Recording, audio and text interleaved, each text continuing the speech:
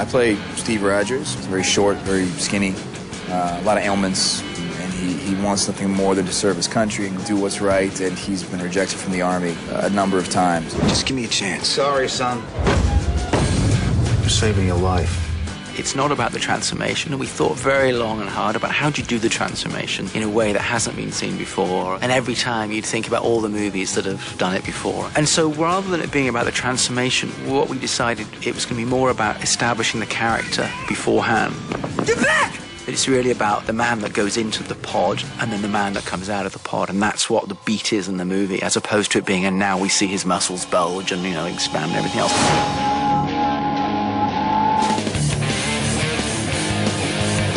He's chosen by this doctor, Dr. Erskine, for this experiment that makes him Captain America. Not just anybody can get this procedure and get superpowers and be a superhero. That's not the case at all.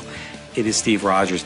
Professor Erskine is almost a father figure to Steve, sees something within him, and ends up choosing Steve to be the first person for Operation Rebirth, the super soldier program. The procedure works. There's an attack on the base soon after that. All of the science is lost, and Steve remains the only super soldier that has ever existed. There is a common issue among all the Marvel heroes, is that they have a very vulnerable side to them. And Steve Rogers is certainly no exception to that. He is probably the most vulnerable.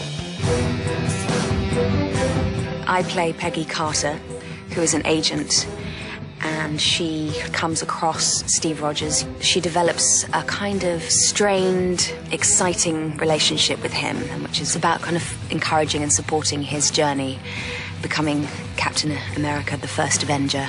Between Peggy and Steve Rogers, you have there's a mutual understanding somewhere, and I think Peggy relates to someone really fighting for what they believe in and really having to struggle all the time to prove themselves, and she, being the only woman in this environment, knows exactly what that feels like. What do you think?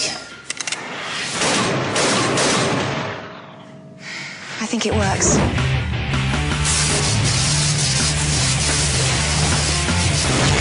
I think there's a great thing about the fact that he was chosen, he was given this. You know, a lot of superheroes are either born with their abilities or they get them by accident. This was a normal guy who lived the majority of his life kind of struggling and fighting and, you know, always kind of getting the short end of the stick.